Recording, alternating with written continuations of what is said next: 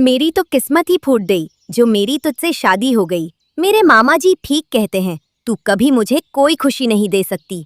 जैसे ही तू शादी करके आई मेरी माँ मर गई और अब तो हद हो गई। आखिर कब मुझे भी पिता बनने की खुशी मिलेगी। मेरे जितने भी दोस्त थे उन सब के घरों में उनके बच्चों की काय काय होती है। ये देखकर मेरा दिल बहुत दुखता है।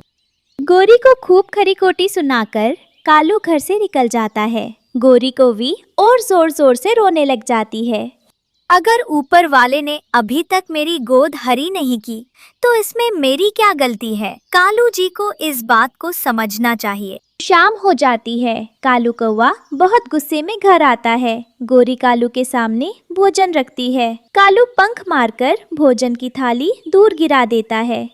मैं समझ सकती हूँ आपका दुख, इसीलिए मैंने इस सब का एक हल निकाला है। आप अपने मामा जी से कहकर अपनी दूसरी शादी करवा लीजिए।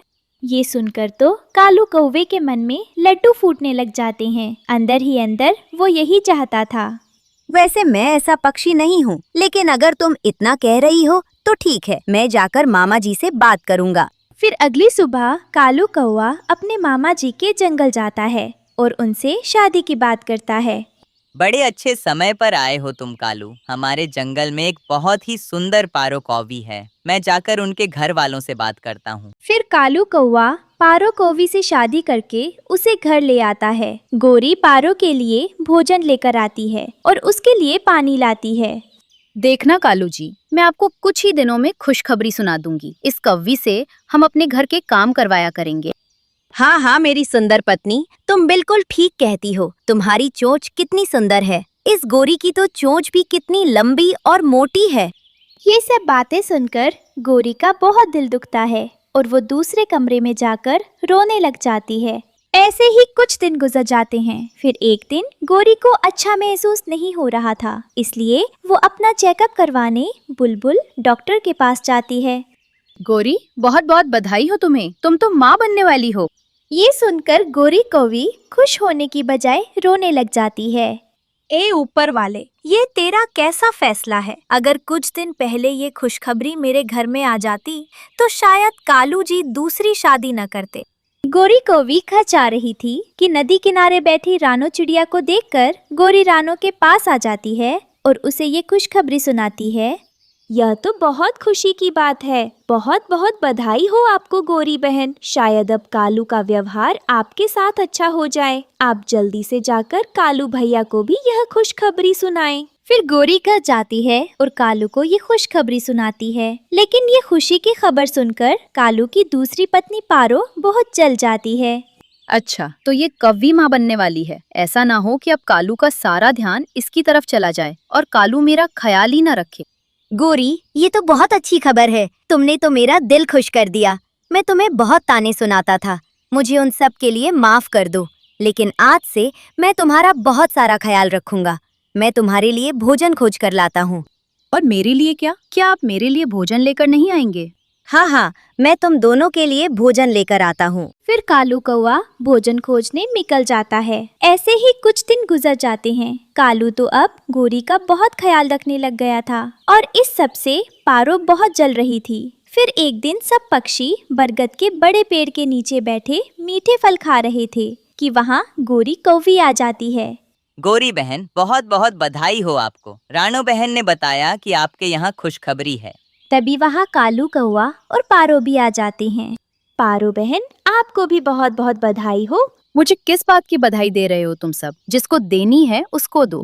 वैसे पारो बहन, कालू भैया ने तो इसीलिए आपसे शादी की थी क्योंकि उनके घर अभी तक बच्चे पक्षी की खुशी नहीं थी। आखिर चिड़िया, तुम कहना क्या चाहती हो? कालू जी, मुझे इन सब के साथ नहीं बैठना। चले यहाँ से।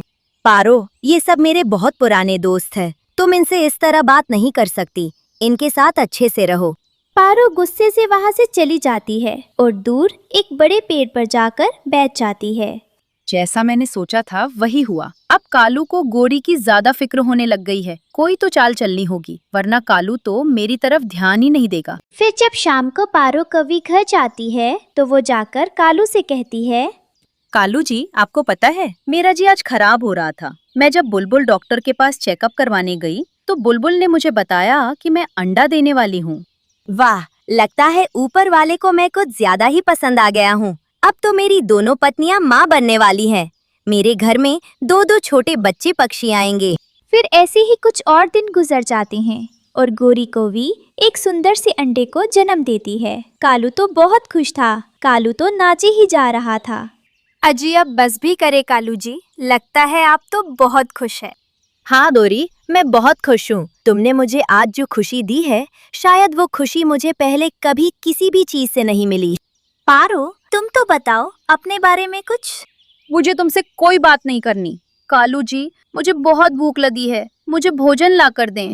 कालू भोजन खोजने जंगल में निकल जाता है, जहाँ उसे रानो चिड़िया मिलती है। रानो बहन, मुझे पारो पर थोड़ा शक हो रहा है। उसका पेट देखकर तो बिल्कुल नहीं लगता कि वो अंडा देने वाली है।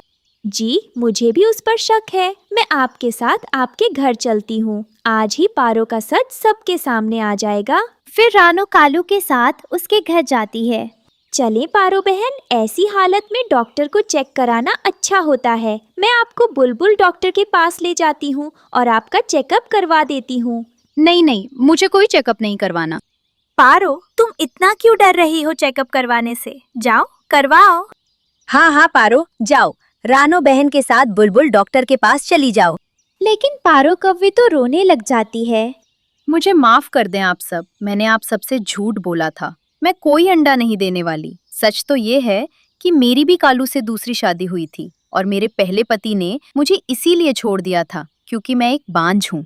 ये सुनकर तो एक पल के लिए पूरे घर में खामोशी छा जाती है। कालू बहुत हैरान होता है।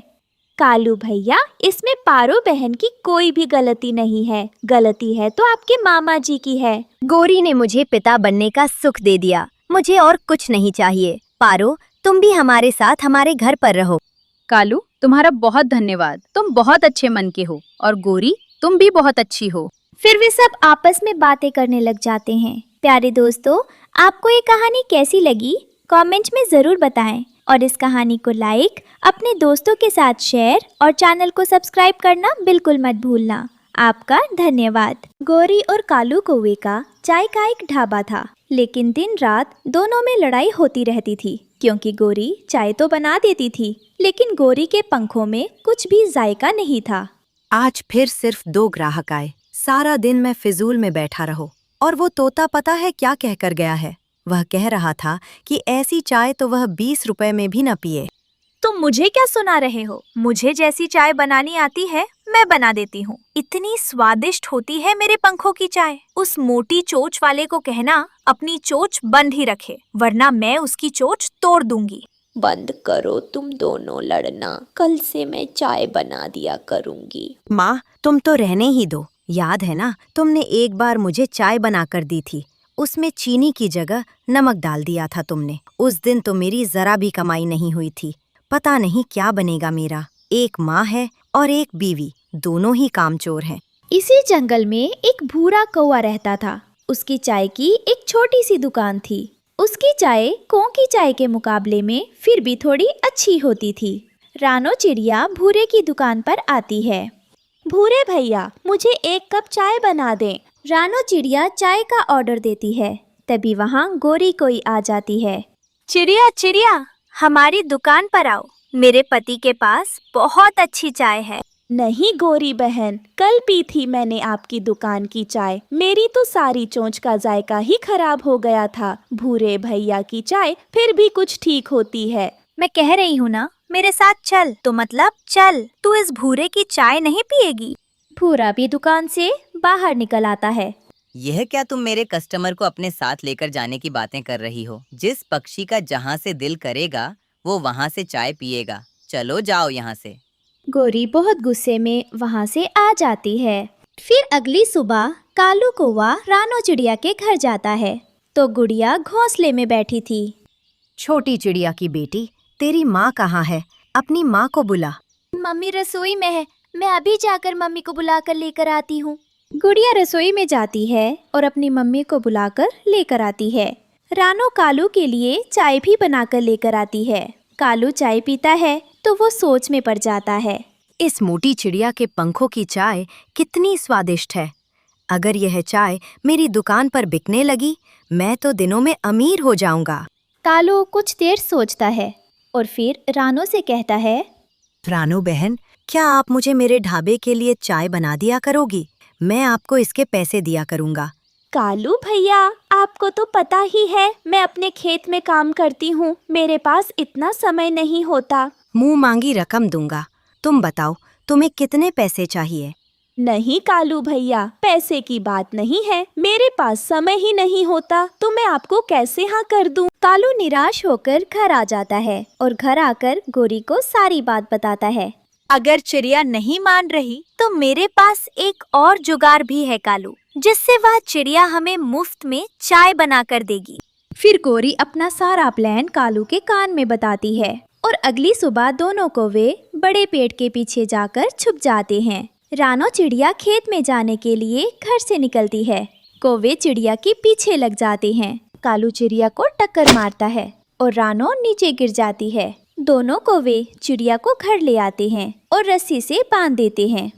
कौन हो तुम? मुझे छोड़ दो, मैंने भला तुम्हारा क्या बिगाड़ा है? मेरे चेहरे से कपड़ा हटाओ, मेरा दम घुट रहा है। गोरी आगे बढ़ती है और रानो के मुंह से काला कपड़ा हटा देती है तो रानो देखती है कि वह किसी पुराने सुनसान घर में है। गौरी बहन, कालू भैया, आप मेरे साथ ऐसा क्यों कर रहे हो? मैंने क्या बिगाड़ा है आप दोनों का? तूने कुछ नहीं बिगाड़ा हमारा, लेकिन हम तेरा बहुत कुछ बिगाड़ सकते हैं। अब तो रोज हमें हमारे ढाबे के लिए चाय बना कर दिया करेगी, वरना तेरी बेटी गुड़िया को मार देंगे हम। नहीं नहीं, ऐसा मत करना, तुम जो कहोगे मैं करने को तैयार हूँ। दिन गुजरते जाते हैं। फिर एक दिन गुड़िया गोरी के घर उसकी सास के पास आती है। माँ जी, कुछ खाने को है तो प्लीज मुझे दे दीजिए। गुड़िया बेटी, ये तुम्हारी हालत इतनी बुरी कैसे हो गई है? और तुम कमजोर भी लग रही हो, सब ठीक तो है ना? रानो कहाँ है? माँ जी, क्या आपको नहीं पता मेरी मम्मी कब से नहीं मिल रही? मैंने जंगल के सब पक्षियों से पूछा, लेकिन किसी को कुछ भी नहीं पता। पता नहीं मेरी मम्मी कहाँ चली गई। गोरी आंटी कह रही थी कि मेरी मम्मी को चील उठा कर ले गई। क्या? लेकिन गोरी ने मुझे तो ऐसा कुछ नहीं बताया। गुड़िया बेटी, चलो मैं आपके साथ जाती हूँ और आपकी मम्मी को ढूंढने में आपकी मदद करती हूँ। फिर गुड़िया और वह बूढ़ी कोई घर से निकल जाती हैं। शाम होने को थी। दोनों पेड़ की एक डाल पर बैठ जाती हैं। माँ जी, आपने मेरी बहुत मदद की, लेकिन हम सुबह से खोज रहे हैं। जंगल में कहीं भी मेरी मम्मी नजर नहीं आई। शायद गोरी आंटी ठीक ही कह रही हैं। बेटी, अगर वैसी कोई बात होती तो जंगल के सब पक्षियों को पता होता, लेकिन चील तो कब से शिकार पर नहीं निकली। मुझे नहीं लगता कि तुम्हारी मम्मी को चील ने खा लिया है। शाम हो गई है, यहाँ पास ही हमारा एक पुराना घर है, चलो हम आज की रात वहाँ गुजारते हैं और फिर सुबह यहाँ से आगे आपकी मम्मी को खोजना शुरू करेंगे। गुड़िया और बूढ़ी कोई उस पुराने घर की तरफ उड़ती हैं। वो घर के अंदर जाती हैं तो देखती हैं कि घोंसले में रानो सोई हुई है और उसका एक पंख बुरी तरह जख्मी हुआ है। मम्मी, मेरी मम्मी, आप यहाँ कैसे आ गई? और आपके पंख को क्या हुआ? रानो बेटी, उठो, आप यहाँ कैसे आ गईं? रानो उठकर बैठ जाती है और वह हैरान होकर कभी गुड़िया को देखती तो कभी बूढ़ी कोई को। क्या मैं कोई सपना देख रही हूँ या फिर सच में मेरी बेटी और आप यहाँ पर मेरे सामने बैठी हैं? गुड़िया अपनी मम्मी के पास जाती है। मम्मी, आप कोई सपना नहीं देख रही? आप यहाँ पर कैसे आ गई मम्मी? मैं आपको कितने दिनों से ढूंढ रही थी, आप कहाँ चली गई थी?